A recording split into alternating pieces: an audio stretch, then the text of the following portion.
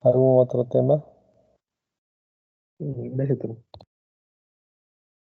Bueno, entonces pasaremos a lo que es la teoría.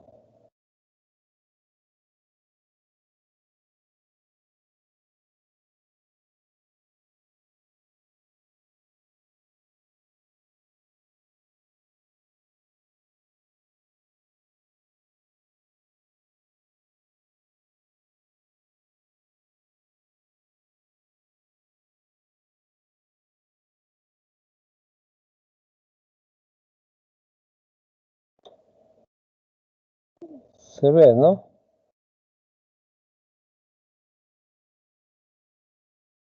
¿Se ve la presentación? Está Sí, cargando, doctor. doctor. Ya cargó. Sí, sí, se ve.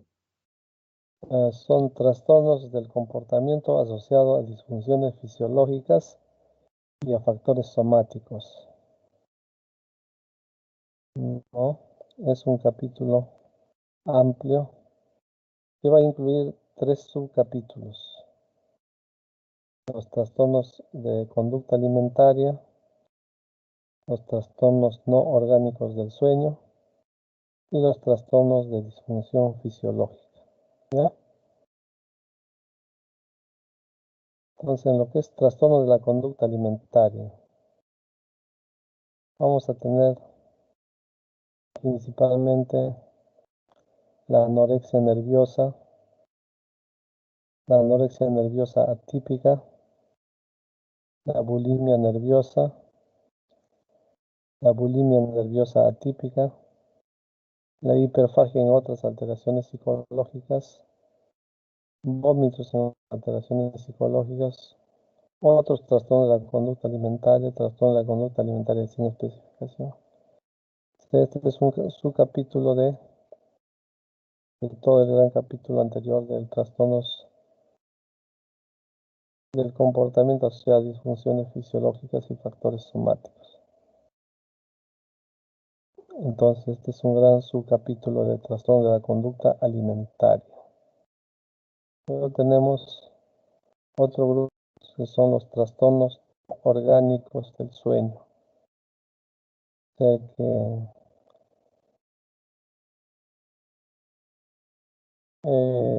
no se van a deber a un daño orgánico, ¿no? Sino a causas, como dicen, fisiológicas que van a determinar que la persona no tenga un sueño adecuado.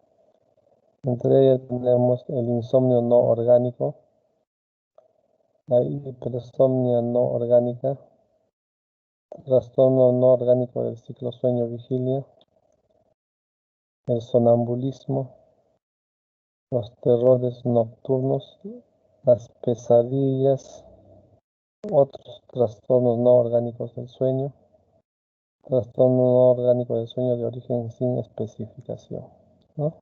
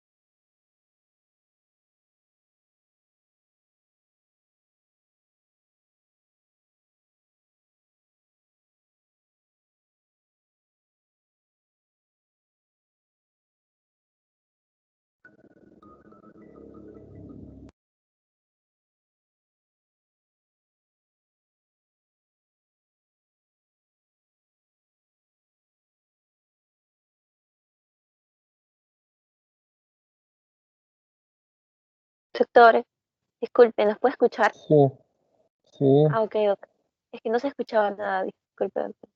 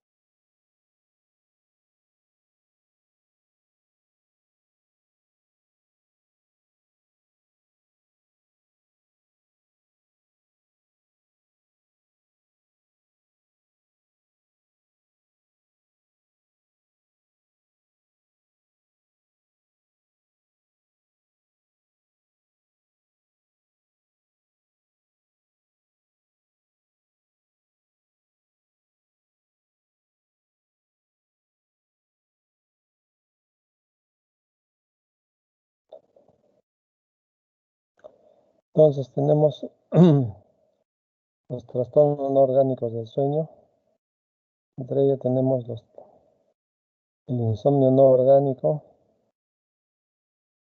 la hipersomnia no orgánica, los trastornos no orgánicos del ciclo sueño-vigilia, el sonambulismo, los terrores nocturnos, las pesadillas, otros trastornos no orgánicos del sueño, trastorno no orgánico del sueño de origen sin especificación. Y el último subgrupo tenemos disfunción sexual no orgánica. Entre la disfunción sexual no orgánica tenemos ausencia o pérdida del deseo sexual, rechazo sexual y ausencia del placer sexual, fracaso de la respuesta genital, disfunción orgásmica, eyaculación precoz, vaginismo no orgánico, dispareunia no orgánica, impulso sexual excesivo. Entonces, hablando sobre el primer punto, tenemos trastorno de la conducta alimentaria.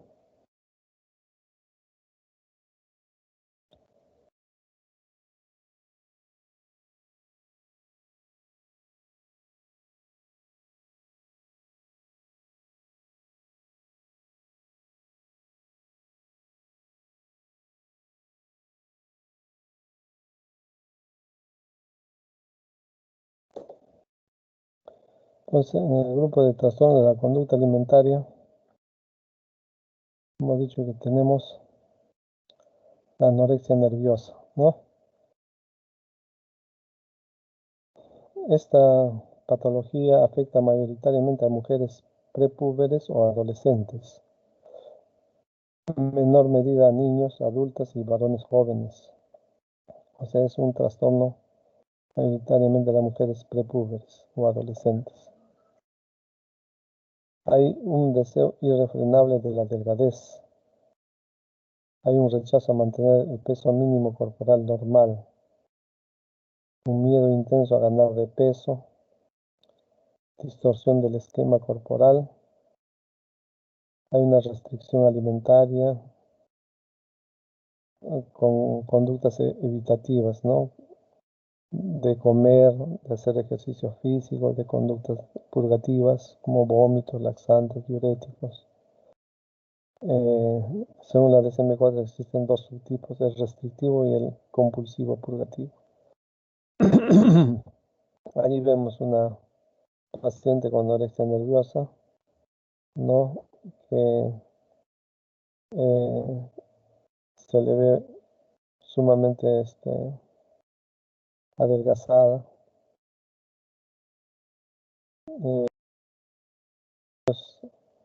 Perciben que se sienten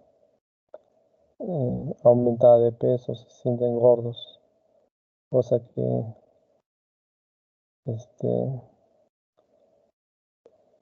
es uno de los criterios que vamos a ver que sucede en este tipo de trastornos, ¿no?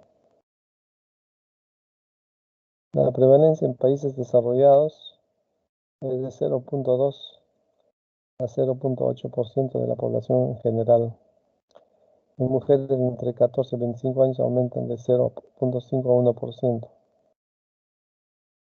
Se calcula que el 5% de las adolescentes desarrollarán anorexia subclínicas o formas no completas de esta enfermedad.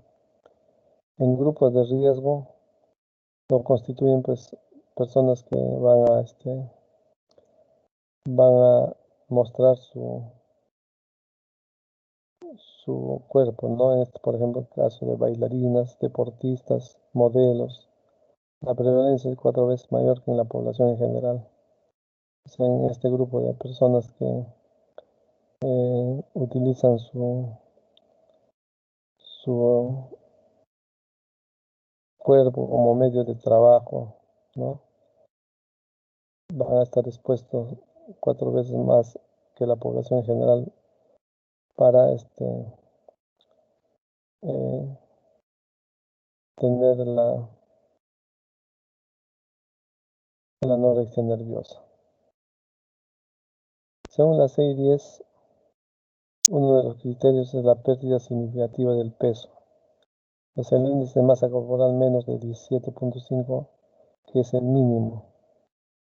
Los enfermos prepúberes pueden no experimentar la ganancia de peso propia del periodo de crecimiento.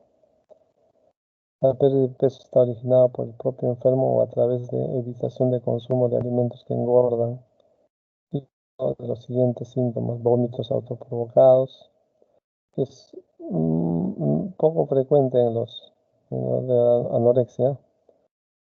Puede haber, pero vamos a ver que en la bulimia es más característico. Purgas intestinales autoprovocados, eso sí es muy frecuente. Ejercicios más de lo normal. Consumo de fármacos anorexígenos o diuréticos para disminuir el consumo o para favorecer la diuresis y con eso disminuir de peso, ¿no? Esto es un tema muy preocupante: distorsión de la imagen corporal, que consiste en una psicopatología específica caracterizada por la persistencia o el carácter de idea sobrevalorada, intrusa de pavor ante la gordura o la flacidez de las formas corporales, de modo que el enfermo se impone a sí mismo el permanecer por debajo de un límite máximo de peso corporal que hemos visto que es de 17.5, ¿no? O sea, la persona en esta circunstancia hay que tener mucho cuidado, porque a pesar de que están sumamente delgados, se sienten y se perciben ante el espejo, por ejemplo, que su cuerpo está gordo. Entonces hay una distorsión de la imagen corporal que es muy preocupante. Juntamente con ello tenemos los trastornos endocrinos generalizados que afectan el eje hipotálamo hipofisario gonadal, manifestándose en la mujer como amenorrea y en el varón como pérdida del interés y de la potencia sexuales. Una excepción aparente la constituye la persistencia del sangrado vaginal en mujeres anoréxicas que siguen una terapia hormonal de sustitución inclusive, por lo general con píldoras contraceptivas. También puede encontrarse concentraciones altas de hormonas de crecimiento y de cortisol, alteración del metabolismo periférico de la hormona tiroidea y anomalías de la secreción de la insulina. O sea, también hay alteraciones no solamente de la distorsión corporal, sino también del sistema endocrino generalizado. Si el inicio es anterior a la pubertad, se retrasa la secuencia de la manifestación de la pubertad. Ustedes saben que en la pubertad se evidencian pues lo que llamamos las expresiones secundarias del crecimiento, ¿no? Como dice, bueno, estas incluso se detienen, cesa el crecimiento en las mujeres, no se desarrollan las mamas y hay amenorrea primaria. En los varones persisten los genitales infantiles. O sea, también si se produce una recuperación, la pubertad suele completarse, pero la menarquia es tardía. O sea, puede haber una recuperación, pero eso no significa que se recupera completamente, ¿no? El otro trastorno es la bulimia nerviosa, ¿no?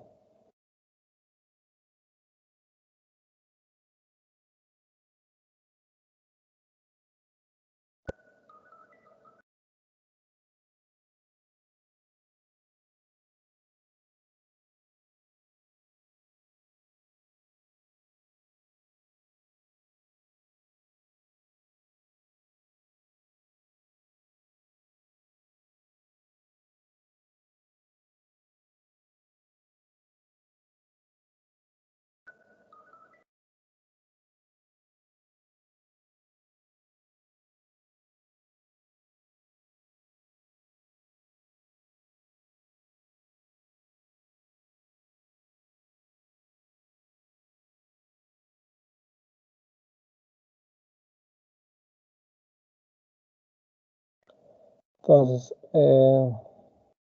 lo que respecta a la bulimia nerviosa, sí, pues es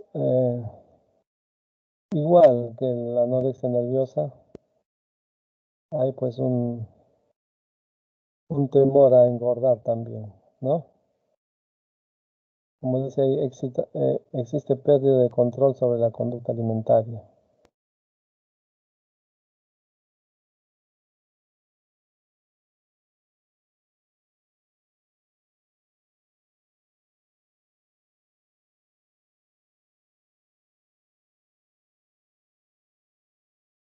Pero hay una característica en la bulimia, que son los episodios de ingesta voraz o lo que se llaman los atracones. La persona en determinado momento le viene un excesivo descontrol por consumir gran cantidad de alimentos. Pero esto viene con conductas compensatorias para evitar el aumento de peso.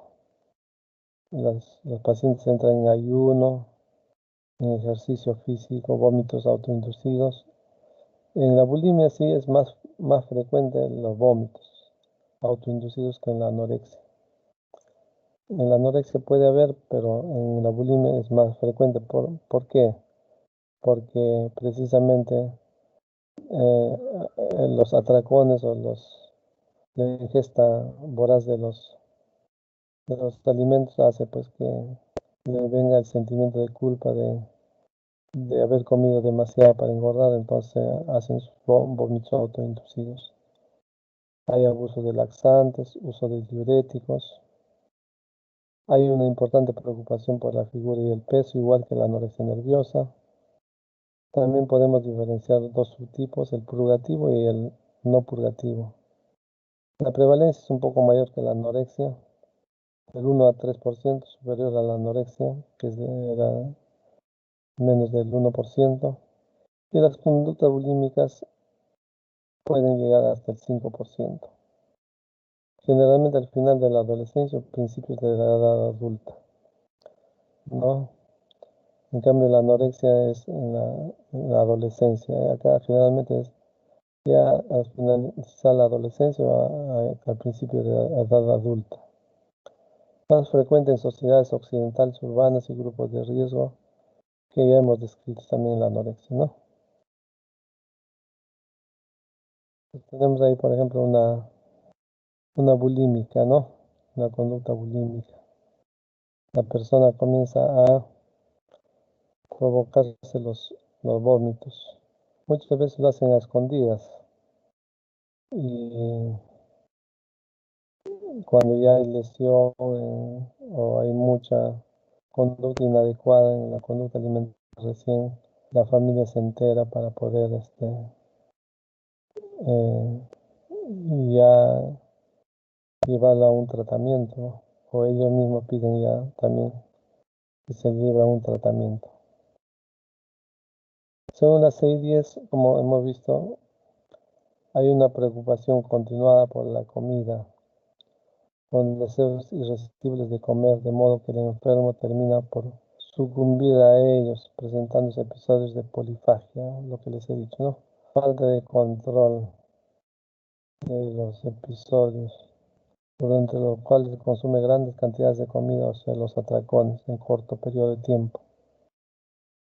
Y a esto intenta contrarrestar con vómitos autoprovocados, abuso de laxantes, periodos intercalares de ayuno, consumo de fármacos tales como supresores del apetito o anorexígenos, extractos tiroideos o diuréticos.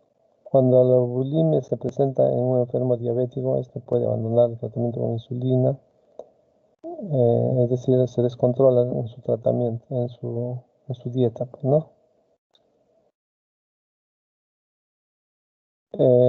El criterio C, la psicopatología, consiste en un miedo morboso a engordar, y el enfermo se fija de forma estricta sobre el peso, muy inferior al que tenía antes de enfermar o al de su peso óptimo o sano. Con frecuencia, pero no siempre existen antecedentes premios de anorexia nerviosa. con frecuencia, o sea, es muy frecuente que la persona que llega a la bulimia haya tenido una anorexia nerviosa. No siempre, pero sí con bastante frecuencia. Este episodio precoz puede manifestarse de una forma florida o por el contrario adoptar una forma menor o larvada, una moderada pérdida de peso o una fase transitoria de amenorrea. Incluye la bulimia sin especificar la hiperorexia nerviosa.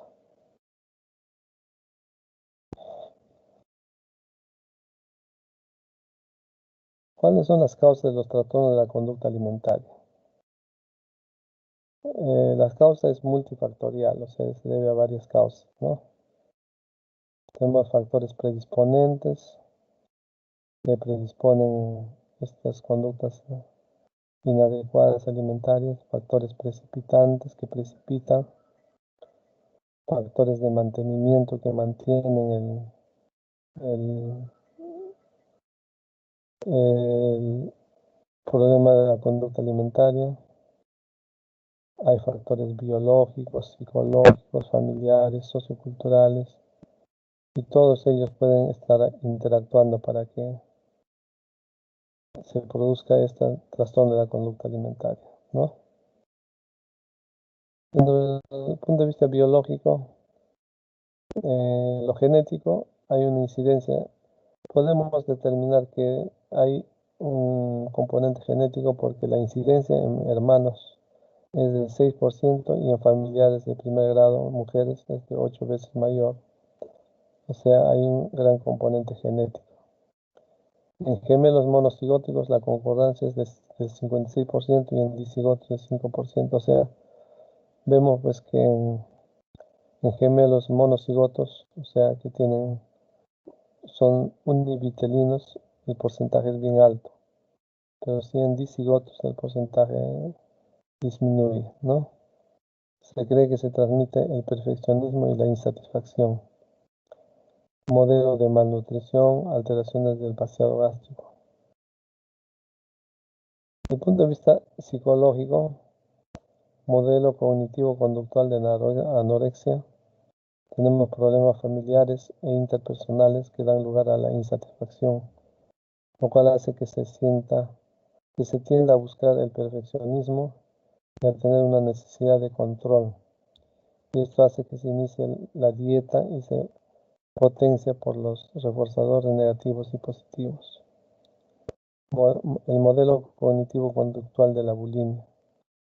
Existe una baja autoestima y una excesiva preocupación por la figura y el peso, lo que lleva a hacer dietas extremas, tras las cuales vienen los atracones provocados por la disforia y el estrés. Y entonces aparecen las conductas de purga o vómitos como conductores de la ansiedad, como reductores de la ansiedad.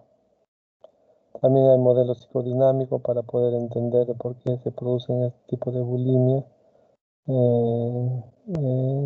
desde el punto de vista psicoanalítico creado por Freud, como saben ustedes, quien refiere que la mayor parte de los trastornos mentales es debido a conflictos inconscientes no resueltos. También tenemos problemas familiares que pueden ser o condicionar a estos trastornos de la conducta alimentaria, como son muerte de los padres, el divorcio, el abuso físico sexual que puedan tener los pacientes que sufren de bulimia o anorexia, la emigración, o sea que también el verse en otras circunstancias, otras situaciones, las enfermedades que pueden condicionar también este tipo de problema. Se han visto en familias sobreprotectoras o que son muy rígidas, o sea, en ambos extremos. No es bueno que la familia sea tan rígida ni tan sobreprotectora, que siempre haya un equilibrio, ¿no? Eso también hay que valorar, hay que conversar con la familia. En los aspectos socioculturales Tenemos pues la cultura de la delgadez, la tendencia a la perfección, la autonomía, profesiones de riesgo que ya hemos conversado, la práctica de dietas que aumenta el riesgo de trastorno de la conducta alimentaria si hay disforia o sufre acontecimientos vitales.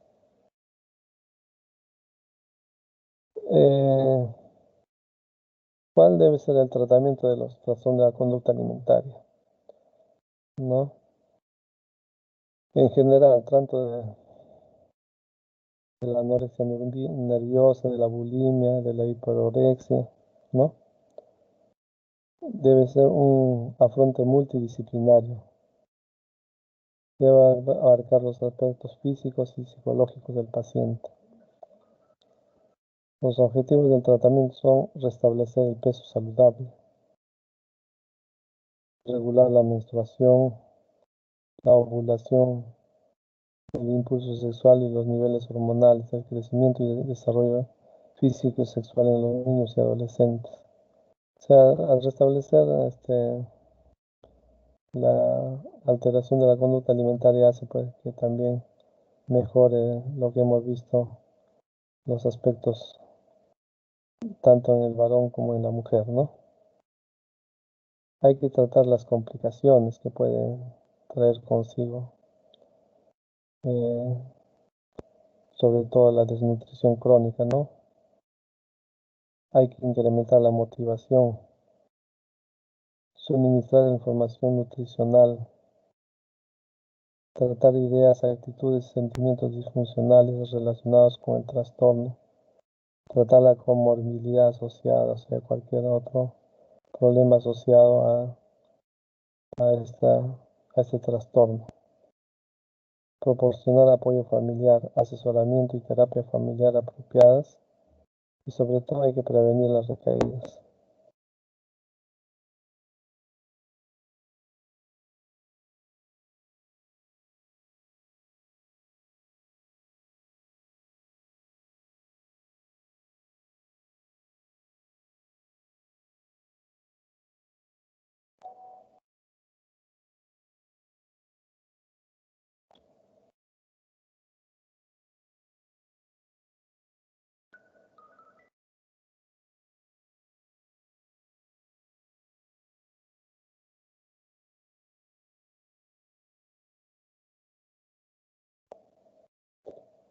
Para realizar todo ello contamos pues con intervención psiquiátrica que se encarga de establecer y mantener el vínculo terapéutico, coordinar con otros especialistas, evaluar y registrar síntomas y conductas, evaluar y registrar el estado médico en general, evaluar y registrar el estado psiquiátrico y su seguridad.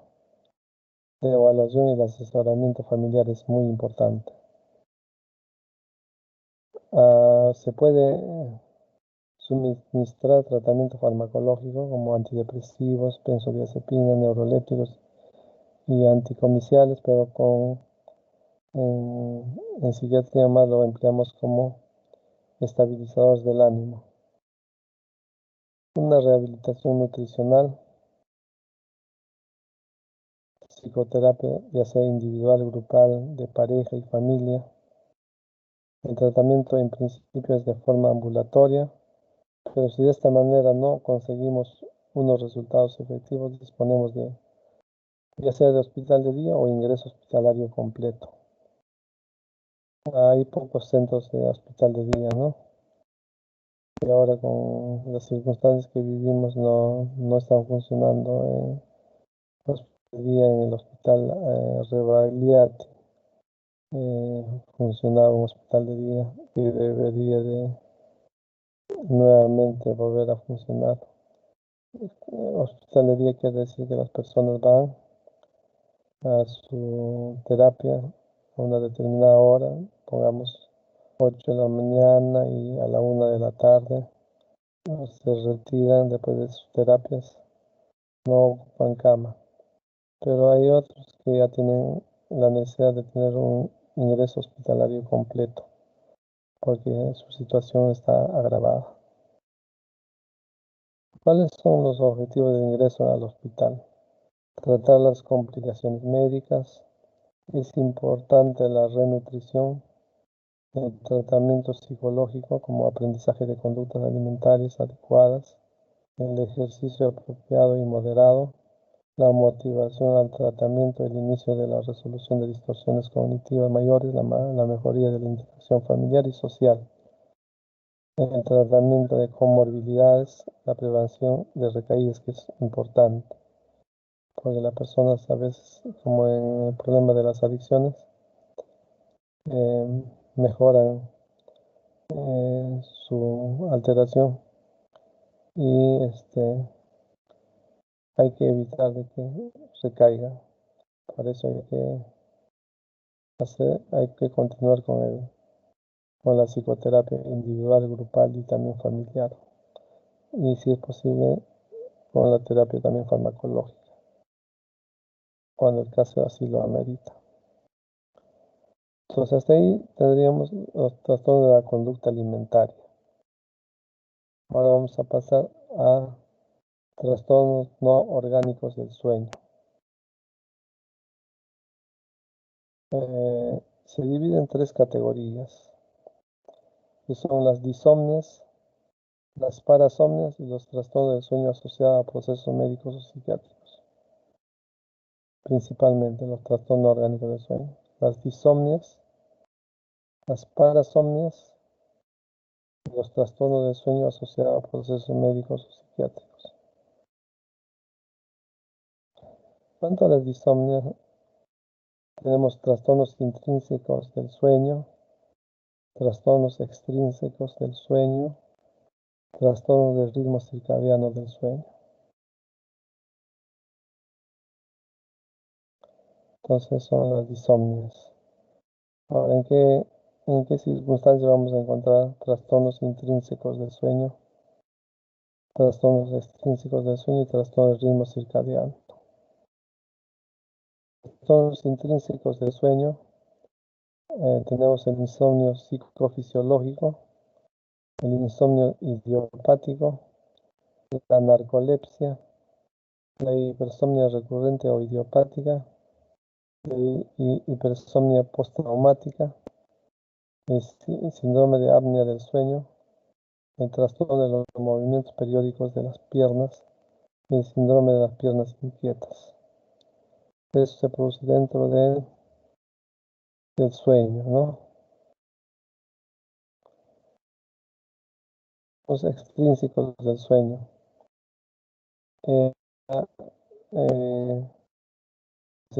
higiene del sueño inadecuada, el ambiente también puede estar inadecuado, puede haber insomnio a las altitudes, trastorno del sueño por falta de adaptación a un ambiente o una situación, trastornos de asociación en la instauración del sueño, insomnio por alergia alimentaria, síndrome de la ingestión nocturna de comida o bebida, trastornos del sueño secundarios a la ingestión de alcohol, fármacos o drogas. En los trastornos del ritmo circadiano del sueño, tenemos el síndrome del cambio rápido de zona horaria. Por ejemplo, si una persona está en el Perú y se va a Japón, va a haber cambio de horario, ¿no? Trastorno del sueño en el trabajador nocturno. De pronto tu ritmo circadiano también cambia. Síndrome de la fase del sueño retrasado. Síndrome del adelanto de la fase del sueño. O trastorno por ciclo sueño-vigilia diferente de 24 horas. Luego de las disomnias que hemos visto, tenemos las parasomnias. Las parasomnias tenemos trastornos del despertar, trastorno de la transición sueño-vigilia, parasomnias asociadas habitualmente con el sueño REM y otras parasomnias. Entonces tenemos en las parasomnias trastornos del despertar, trastorno de la transición sueño-vigilia, parasomnias y otras parasomnias. Trastorno del despertar, despertar confusional, la persona manifiesta que cuando se despierta confuso. También puede haber lo que se llama el sonambulismo, los terrores nocturnos. Los otros son los trastornos de la transición sueño-vigilia. En el trastorno de la transición sueño-vigilia tenemos los trastornos de los movimientos rítmicos, trastornos del hablar nocturno, calambres nocturnos en las piernas.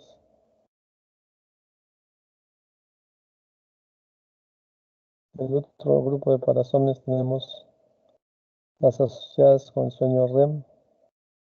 Entre ellas tenemos las pesadillas, parálisis del sueño, erecciones relacionadas con trastorno del sueño, erecciones dolorosas relacionadas con el sueño, arritmias cardíacas relacionadas con el sueño, principalmente REM, trastorno de la conducta del sueño REM.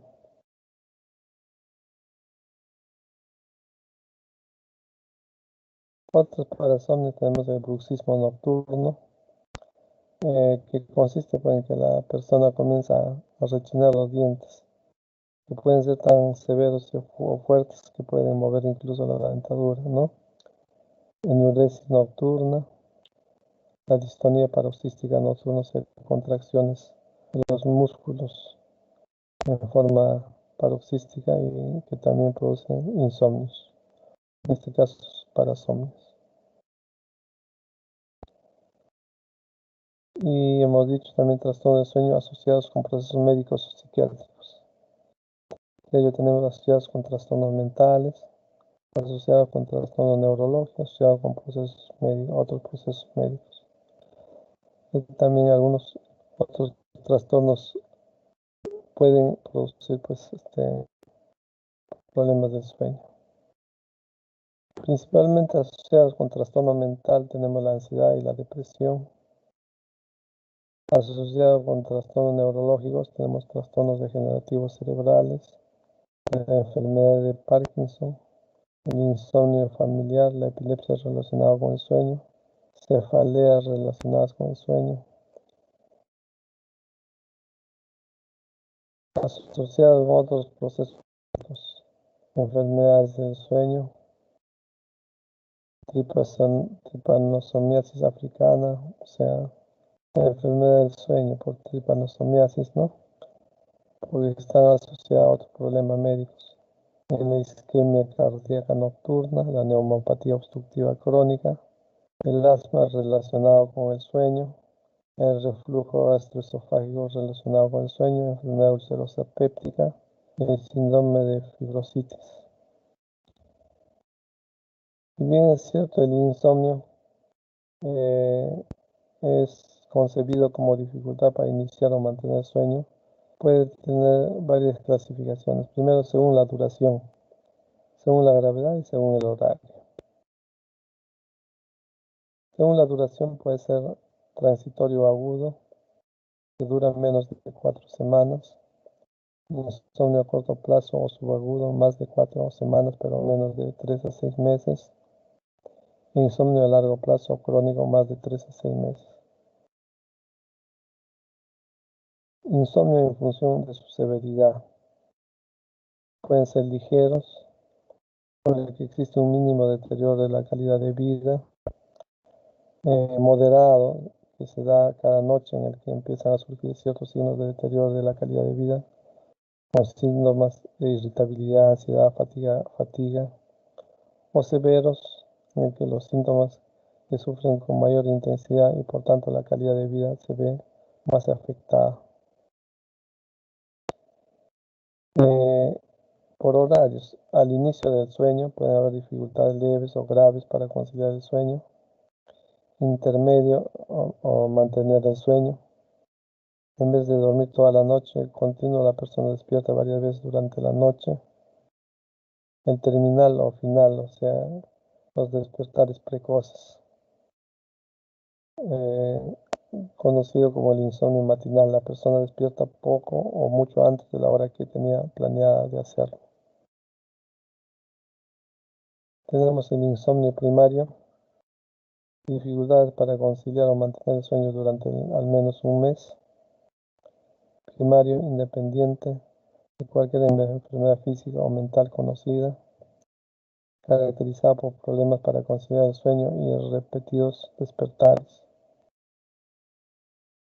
Aumento de la actividad fisiológica o psicológica nocturna y un condicionamiento negativo respecto al sueño.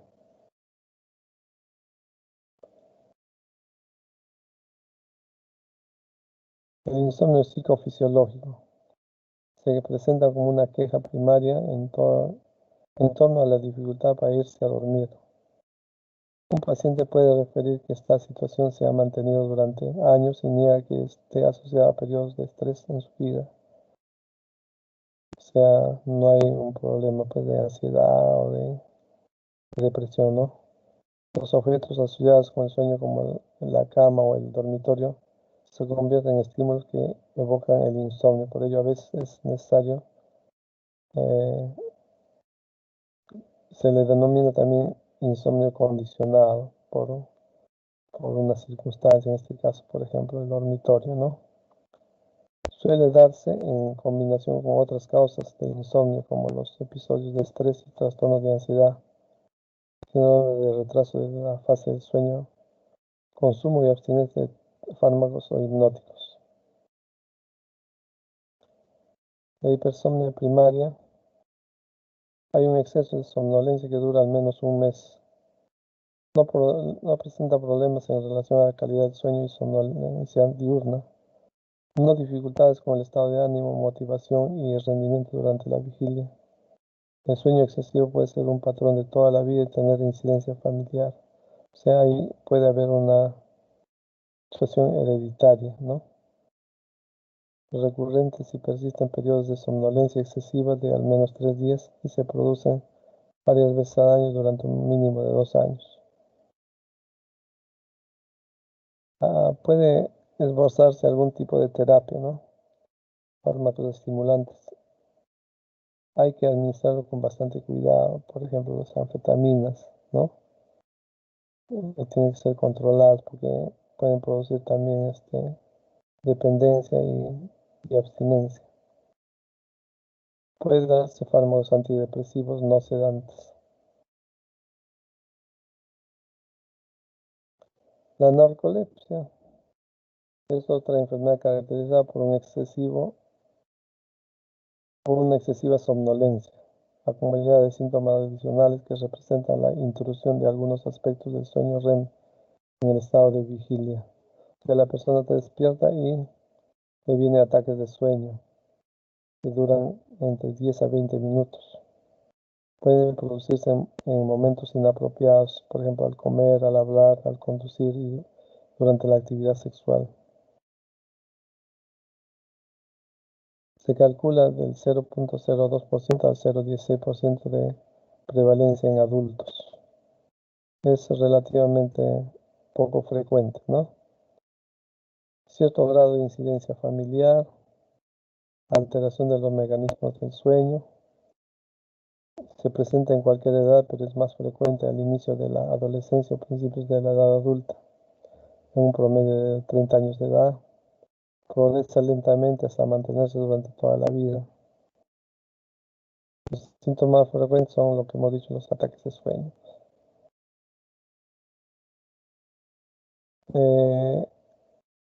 No existe una cura total, pero sí un control de que la persona no entre pues, en un sueño, en ataques de sueño. Regímenes de siestas obligatorios en un momento concreto del día, ajustes del estilo de vida, consejo psicológico, cuidado general de la salud y buen estado cardiovascular. Pueden también utilizarse algunos estimulantes como tratamiento para la narcolepsia, como el modafinilo.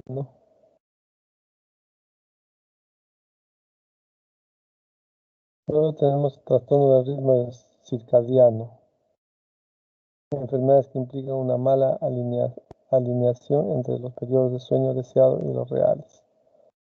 Hablamos de ritmo circadiano porque tenemos un reloj biológico, ¿no? Con el cual nacemos, es decir, nacemos para estar despiertos de día y dormir de noche. pero esto se puede ver alterado, pues. Entre ellos tenemos tipos de sueño atrasado, el jet lag que hemos visto, o sea, el trastorno de sueño transoceánico o cambios bruscos en lugares que son lejanos, cambio de turno de trabajo, no especificado. Tenemos el sueño atrasado, patrón de sueño persistente que consiste en acostarse y despertarse tarde. O sea, hay personas que se duermen muy tarde y se despiertan también muy tarde, o incapacidad para conciliar el sueño y levantarse a horas más tempranas que las deseadas. Algunos tratamientos que se puedan emplear, ¿no? Tenemos la cronoterapia, que es variar la hora a la que se va a dormir y despertarse, retrasándole progresivamente cada noche. Puede utilizarse luz brillante como alternativa, exponer al paciente a una luz artificial brillante a primera hora de la mañana. Como les digo, son alternativas de tratamiento, ¿no?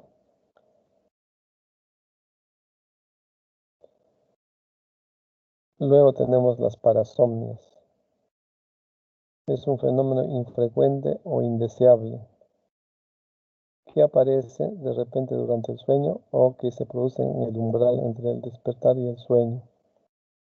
Aparece durante las fases 3 y 4 y por lo tanto se asocia con un mal recuerdo de la alteración, ¿no?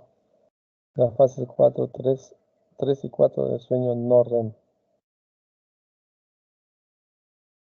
Tenemos el sonambulismo. Secuencia de conductas complejas se produce en el primer tercio del ciclo de sueño no REM, en episodio de las fases 3 y 4. En el sueño no REM tenemos la fase 1, fase 2, fase 3, fase 4, donde está el sueño profundo. Después viene el sueño REM, donde ya hay fluctuación hacia el despertar, ¿no? A veces progresa sin que tenga una conciencia plena o un recuerdo posterior del episodio. La persona abandona la cama, deambula, se sienta en la cama, ejecuta actos motores perseverantes, está en sonambulismo, ¿no? Luego tenemos los terrores nocturnos. Se asocian a un despertar terrorífico, rara vez requiere tratamiento, pero sí hay que buscar la causa de por qué se producen los terrores nocturnos, ¿no? El diazepam en pequeña dosis al acostarse puede mejorar el trastorno. Algunas veces suprime completamente los episodios y es más frecuente en los niños. Son niños que se despiertan con, con con esta angustia terrorífica, ¿no? Y luego se vuelven a dormir y cuando se despiertan no se acuerdan bien de lo que ha sucedido. El tratamiento es uno de los problemas más complejos de los trastornos de sueño. Se les pide a los pacientes que utilicen la cama para dormir y para nada más. Si tras 5 minutos en la cama no se han dormido, solo se les dice que se levanten y hagan alguna otra cosa. Es un poco extremo, ¿no? Pero la idea es que la persona que está en la cama y no logra dormir pueda hacer alguna actividad y que le distraiga para poder luego conciliar el sueño. A veces resulta útil cambiar de cama o de habitación. Cuando la tensión somatizada o muscular es importante, puede ser útil recurrir a cintas de relajación o biorretroalimentación. Son técnicas ya de psicoterapia. La psicoterapia no ha resultado demasiado útil. Las relaciones sexuales satisfactorias fomentan el sueño en mayor medida en los hombres que en las mujeres. Estos son reportes de investigaciones, pero que están sujetas a nuevas investigaciones, ¿no? También se pueden emplear medicamentos benzodiazepínicos como el zolpidem, el citalopram y otros agentes hipnóticos. Los tratamientos sin receta tienen efectividad limitada debido a que no está siendo monitoreada por el médico, ¿no? Pueden emplearse somníferos de larga duración. El flurazepam, el clozapam son más adecuados para el insomnio de la mitad del sueño de la noche. Los fármacos de acción rápida, el zolpidem o el triazolam, son útiles para personas con problemas para conciliar el sueño. Los somníferos no deben usarse más de 2 semanas porque pueden causar tolerancia y abstinencia. Por eso que tiene que ser monitoreada por el médico. Lo más importante antes de hacer uso de los medicamentos es hacer medidas de higiene del sueño. Es decir, acostumbrarse a levantarse cada día a la misma hora. Igual también acostarse a la misma hora, ¿no? Tratar de acostarse a la misma hora y levantarse a la misma hora para que se haga hábito el organismo. Sin embargo, esto es relativo. Limitar el tiempo que se pasa en la cama a la misma cantidad que antes de la aparición del trastorno del sueño.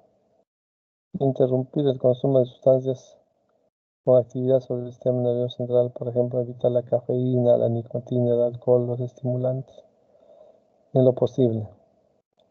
Evitar las siestas diurnas, excepto si el gráfico del sueño demuestra que inducen un mejor sueño nocturno. Obtener una buena forma física a través de un programa gradual de actividad física vigorosa a primera hora del día.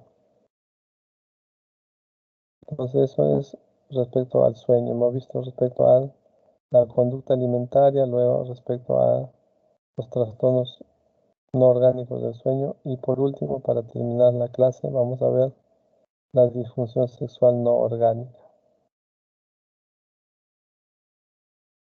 Los criterios según la CI-10 y la DSM-4.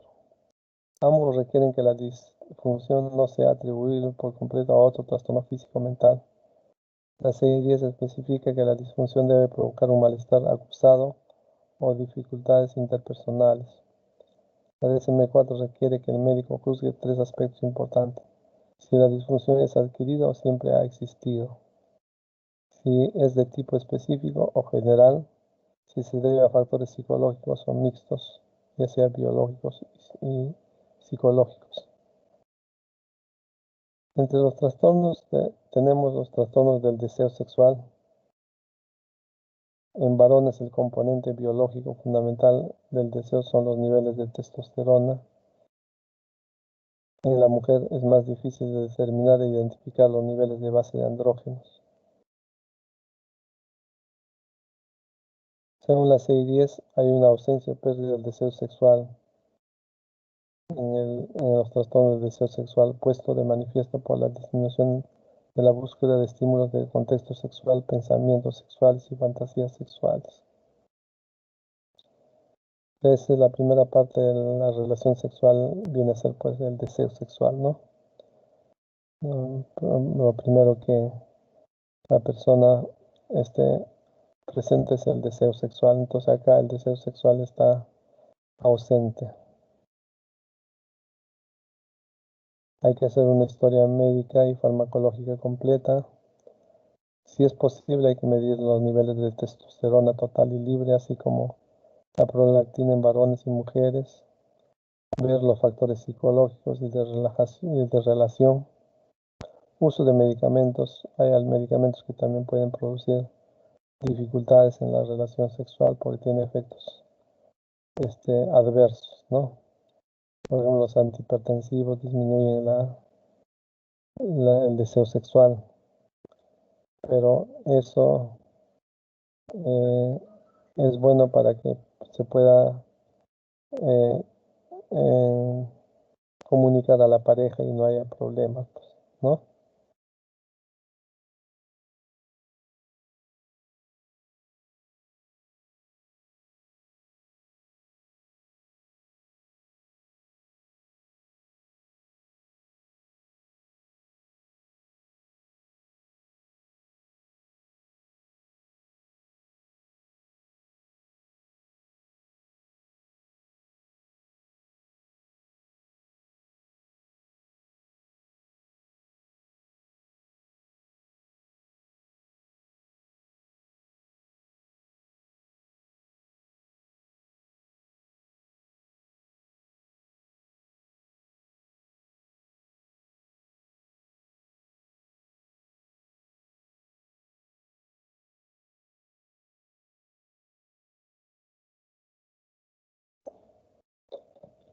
Entonces, podemos ver también aspectos psicoterapéuticos en este problema de trastorno del deseo sexual dentro del problema de tratamiento, ¿no? Las técnicas conductuales y cognitivas son buenas, las psicodinámicas y maritales también, testosterona en pacientes con niveles bajos, hay que evaluar, trastorno por aversión al sexo, es otro problema serio, forma extrema del trastorno del deseo manifestado por la aversión intensa, ¿verdad? O de asco hacia la actividad sexual. Existe un elemento fóbico que puede hacer pensar en una etiología traumática, abusos sexuales, experiencias dolorosas con el coito, sentimientos de que le están violando. Eso es en cuanto al deseo sexual. En cuanto a la excitación sexual, hay pues en el varón principalmente se ve lo que es la disfunción eréctil, ¿no? Que es incapacidad persistente o recurrente para obtener o mantener una erección apropiada hasta el final de la actividad sexual. Hay una dificultad de la relación interpersonal. El trastorno eréctil no se explica mejor por la presencia de otro trastorno del eje 1, es decir, por otras condiciones médicas, que no sea la disfunción sexual en sí, y no es debido exclusivamente a los efectos fisiológicos directos de una sustancia, o sea, de drogas o fármacos o una enfermedad médica. Es propio de un aspecto puramente mental. También puede haber trastorno de la excitación sexual en la mujer, según la DSM-4, incapacidad persistente o recurrente para obtener o mantener la respuesta de lubricación propia de la fase de excitación hasta la terminación de la actividad sexual. Hay que hacer una valoración en este caso, pues, separar los problemas del deseo y orgasmo que se confunden con la excitación, valorar la evolución del desarrollo del trastorno, ideas religiosas, sociales o culturales, fatiga, depresión, etc. El tratamiento son técnicas para facilitar el aumento de la excitación o lubricantes en la mujer, ¿no? Ahora hemos visto del deseo sexual, hemos visto de la excitación sexual, ahora entramos a lo que es trastornos en el orgasmo sexual, ya sea en el varón y en la mujer. Trastorno orgásmico masculino, ausencia o retraso persistente o recurrente del orgasmo. Tenemos la eyaculación precoz, ¿no? Persistente o recurrente en respuesta a estímulo sexual mínimo. La eyaculación debe ocurrir dentro de los primeros 15 segundos después de comenzar la penetración. Esto es una cuestión ya muy extrema, es decir, eh, la eyaculación es muy pronta antes de que haya la excitación, ya la persona está eyaculando, está entrando en orgasmo, y esto pues dificulta la relación de pareja, ¿no? O sea, ocurre antes que la persona desea, principalmente por una ansiedad en la ejecución. El tratamiento, hay estrategias de comportamiento para disminuir o mitigar este problema de eyaculación precoz en el varón, ya sea conductual, psicofarmacológico, principalmente calmar la ansiedad, predisposición a que no le vuelva a pasar lo que le sucede, hay que trabajar con la persona. Es importante que la pareja también ayude, esté al tanto de este problema. Lógicamente que es una situación un poco difícil, ¿no? En la mujer, el orgasmo se produce por ausencia o retraso persistente o recurrente del orgasmo tras una fase de excitación sexual normal. La mujer sí puede tener una excitación sexual normal, pero el problema es el orgasmo. La mujer demuestra una amplia variabilidad en el tipo o intensidad de la estimulación que desencadena el orgasmo. El diagnóstico debe efectuarse cuando la opinión médica considera que la capacidad orgásmica de una mujer es inferior a la que corresponde por edad, experiencia sexual y estimulación sexual recibida. La valoración es determinar si alguna vez se produjo el orgasmo, en qué circunstancias de la pareja, situaciones familiares, culturales, médicas. También trastornos sexuales por dolor, que se llama dispareunia, dolor genital recurrente y persistente durante y después de la actividad sexual. En mujeres se supone que los factores orgánicos desempeñan el papel principal. Hay también factores anatómicos, patológicos y iatrogénicos. Es infrecuente en varones, pero no quiere decir que no exista, ¿no? El vaginismo es otro de los problemas que puede producir también trastornos sexuales por dolor, espasmos involuntarios de la musculatura del tercio externo de la vagina. Y por último tenemos las parafilias, que no vienen a ser sino intereses sexuales expresados de manera desviada y comportamientos que no representan los intereses sexuales que se definen culturalmente como normales. No, o sea, por eso se llama parafilias, paralelo a los aspectos normales de la sexualidad.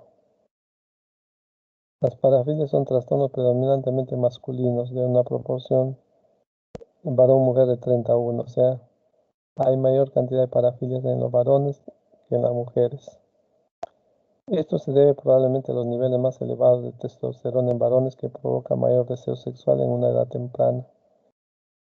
Y su incidencia y prevalencia es difícil de obtener, está en estudio, pero lo que sí está claro es que las parafilias se presentan con mayor prevalencia en los varones que en las mujeres, en una proporción de 30:1. Dentro de estas parafilias, ¿cuál tenemos? La pedofilia, que consiste en contacto sexual con un niño menor de 13 años, como mínimo 5 años más joven que el perpetrador, siendo este último 16 años de edad o mayor. O sea, lo que interesa acá es que hay por parte de la persona una inclinación por tener relación con un niño, sea varón, sea mujer.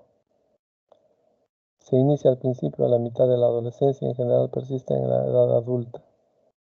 La mayoría de pedófilos abusan de menores que conocen bien, solo 10% abusan de niños desconocidos.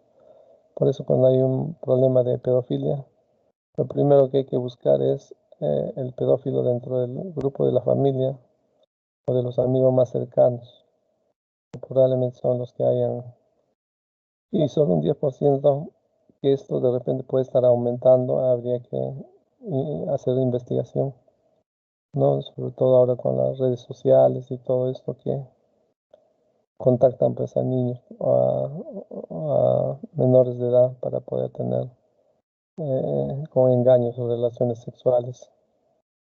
Desarrollan tergiversaciones cognitivas y justificaciones para su comportamiento. Para que sea pedofílicos o pedofílicos, su deseo solo se basa en niños o niñas. No necesita más. Eso es lo más importante.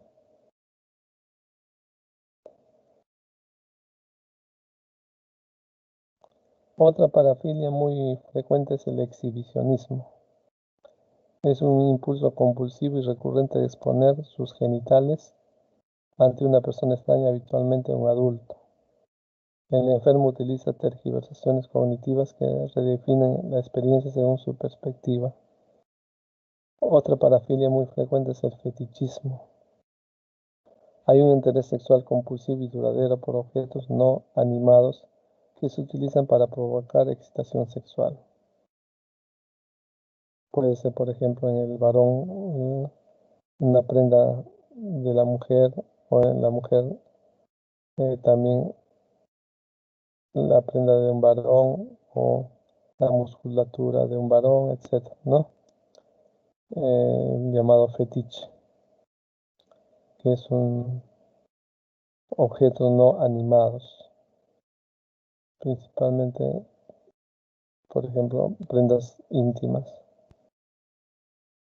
o algún otro objeto que pueda tener la persona del sexo opuesto que le sirve para masturbarse o para poder tener orgasmo, pues, ¿no?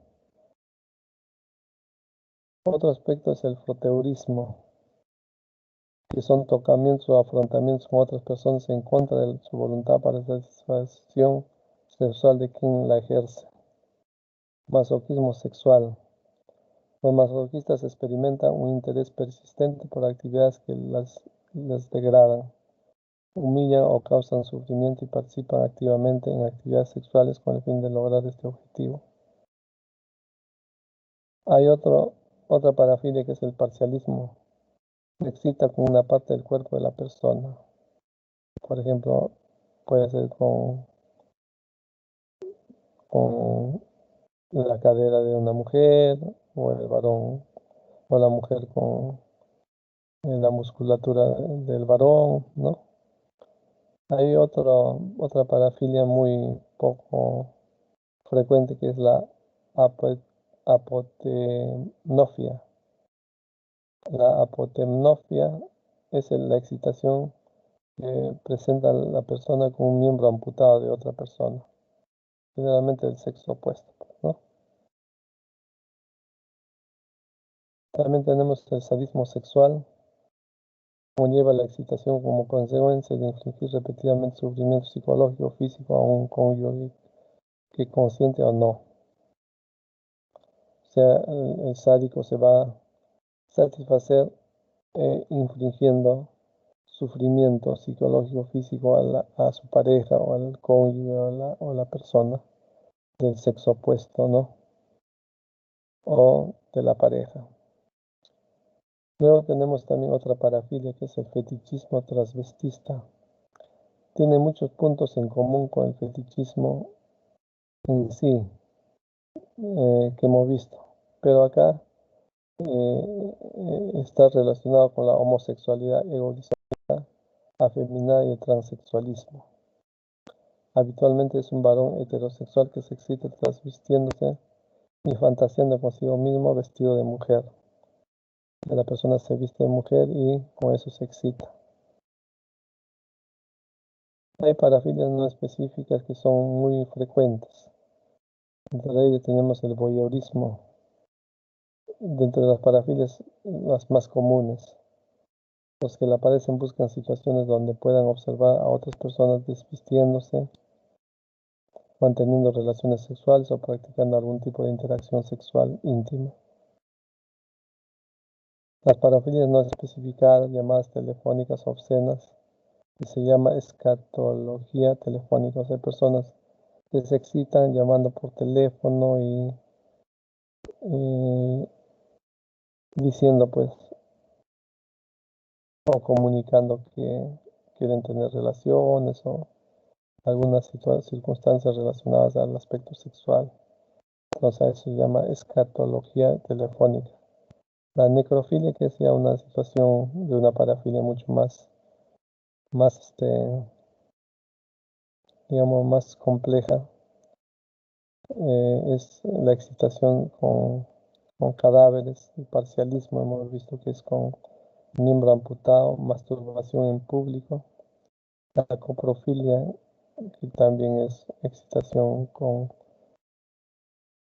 las heces, la urofilia con la orina o la zoofilia con los animales. Bueno, el tratamiento en conjunto son pues la terapia cognitivo-conductual, ¿no? Ver de qué manera se pueda mejorar todas estas alteraciones cognitivas que tiene el paciente y su aspecto comportamental, ¿no?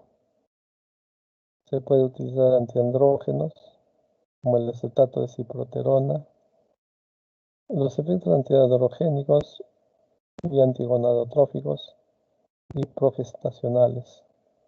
bloquea la recaptación intracelular de la testosterona y el metabolismo intracelular de los andrógenos, por lo que reduce drásticamente la testosterona en la circulación y reduce el deseo sexual del paciente con parafilia.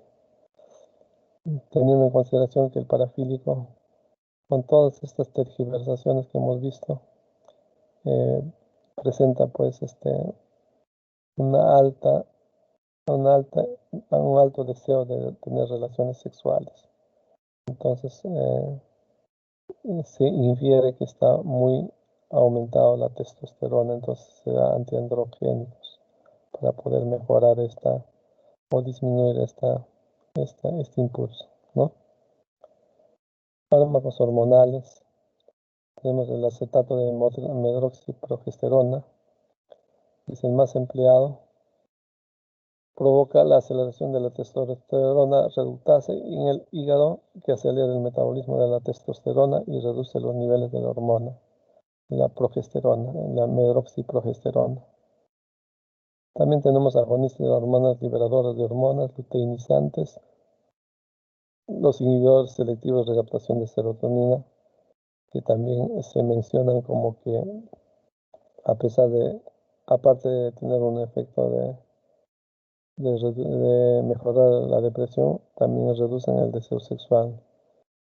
El mecanismo está siendo estudiado, pero sí se produce como parte de sus efectos secundarios de los inhibidores selectivos de recaptación de serotonina,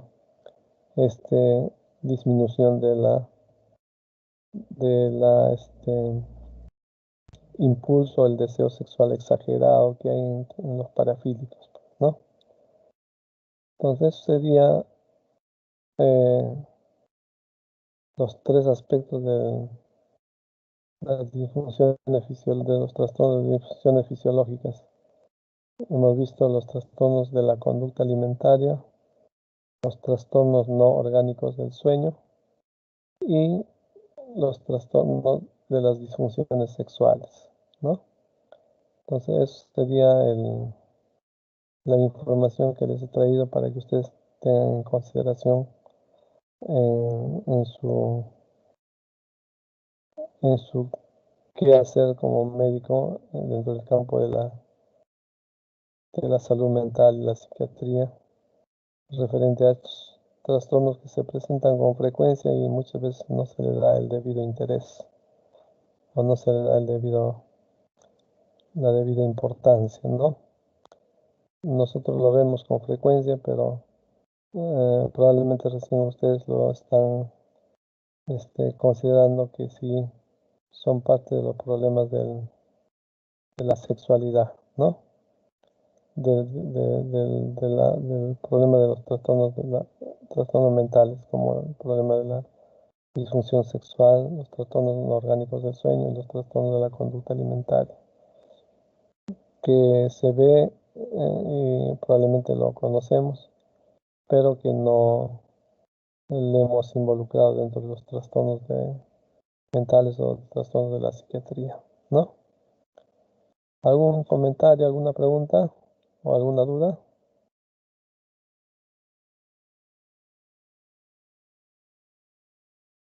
¿Han escuchado todos, jóvenes?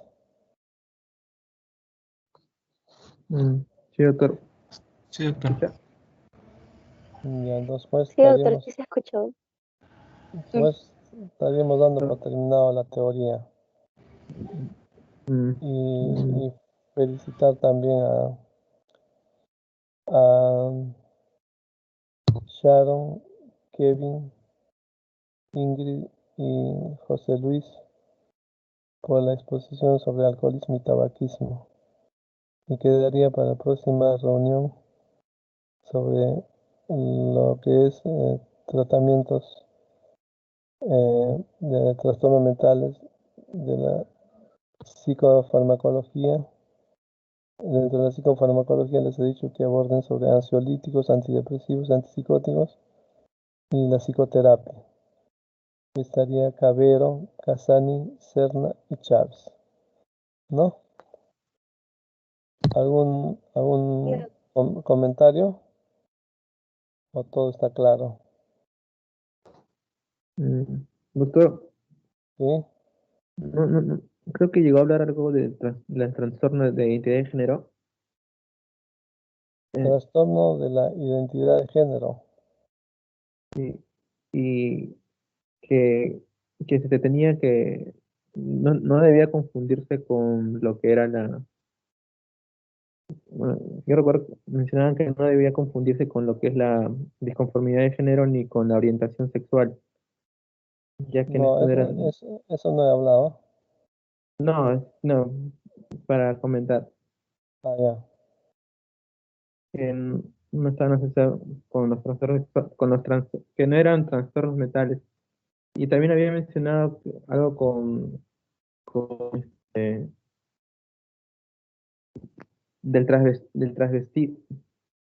travestismo, creo que se llama. Ah, el travestismo, fetichista. Ajá.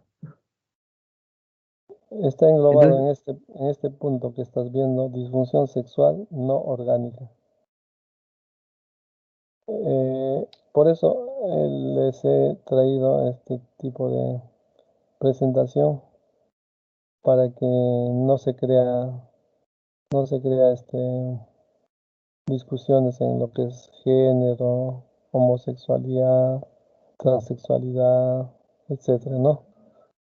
Acá, de acuerdo a lo que les he traído, es trastorno de la conducta alimentaria, trastorno orgánico del sueño y disfunción sexual no orgánica. Eh, de acuerdo a la CI-10 y la DSM-4, principalmente trastorno que se produce durante el proceso de una relación sexual. En una relación sexual primero hay la etapa del deseo sexual, de la excitación sexual, del orgasmo y la resolución. Entonces, ahí les he explicado el problema del deseo sexual, tanto en varón y mujer, de la excitación, del orgasmo, y les he hablado de parafilias, pero eh, que son, como dice, intereses sexuales expresados de manera desviada, ya, pero no he entrado en problema de género, ¿no? Que es otro tema.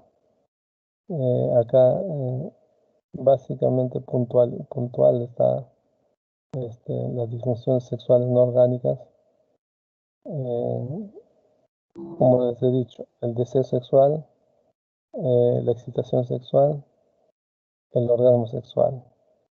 Y las parafilias, que son, como dice, parafilias, intereses sexuales expresados de manera desviada, eh, y se presenta en mayor frecuencia en varones que en mujeres. Lo otro que pregunta este Bellido ya está dentro de otro ámbito de lo que es la homosexualidad, la transexualidad, ¿no? Eso no hemos tocado. Solamente en lo que es la parafilia hemos visto el fetichismo, el masoquismo, parcialismo y el fetichismo transvestista, que está considerado dentro de que la persona, dentro de la parafilia, la persona al sentirse vestido de, de- de- del otro sexo se siente, digamos, gratificado y se siente con una situación que puede llegar al orgasmo inclusive, ¿no? ¿Está claro Bellido?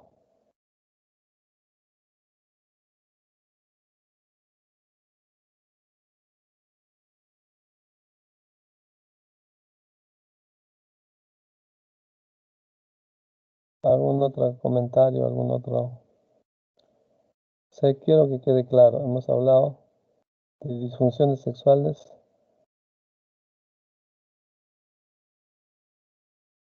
entre ellas tres subcapítulos: trastorno de conducta alimentaria, trastornos no orgánicos del sueño y disfunciones sexuales. Dentro de las disfunciones sexuales, trastornos en el deseo sexual, tanto varón y mujer, trastornos en la excitación, trastornos en el orgasmo, tanto en el varón y la mujer, y luego las parafilias más frecuentes que hemos mencionado. Lo que está preguntando de género no hemos tocado acá, salvo este punto de fetichismo transvestista, que es una parafilia. No es un problema de género, sino es una parafilia que la persona se siente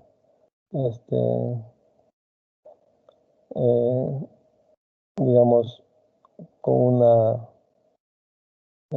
con un orgasmo o con una satisfacción motivadora al vestirse con la vestimenta del sexo opuesto, ¿no? Y habitualmente dice es un varón, también puede ser una mujer, ¿no? La mujer también puede fantasear con el vestirse de varón y también satisfacer su, su deseo sexual. Ya, entonces, eso quiero que quede bien claro, ¿ya? Porque el otro tema de género, eso es un tema ya un poco amplio y tiene otra connotación ya, ¿no? Que inclusive ya está siendo visto también en lo que es la DSM-5 y la 610, ¿no? ¿Está claro este pedido? Tú que has estado un poquito preguntando esto. Sí, doctor, ya lo diferencia ya. Ya es diferencia mejor, ¿no? Muy bien, pues jóvenes. Entonces, quedamos así para la próxima reunión. Cabero, Casani, Serna y Chávez. Entonces, se dividen para hacer la exposición en la parte de psicofarmacología, ansiolíticos, antidepresivos, antipsicóticos y uno sobre psicoterapia. ¿Ya? ¿Alguien más que quiere hacer algún comentario final? Si no, daríamos por entendido de todos los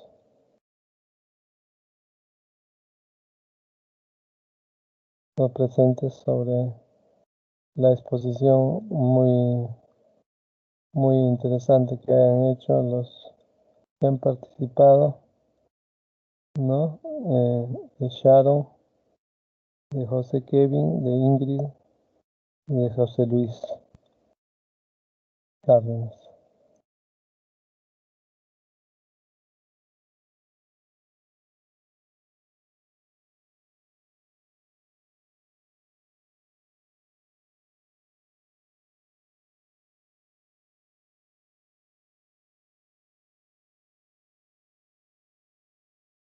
Sí, doctor, creo que eso ya sería todo.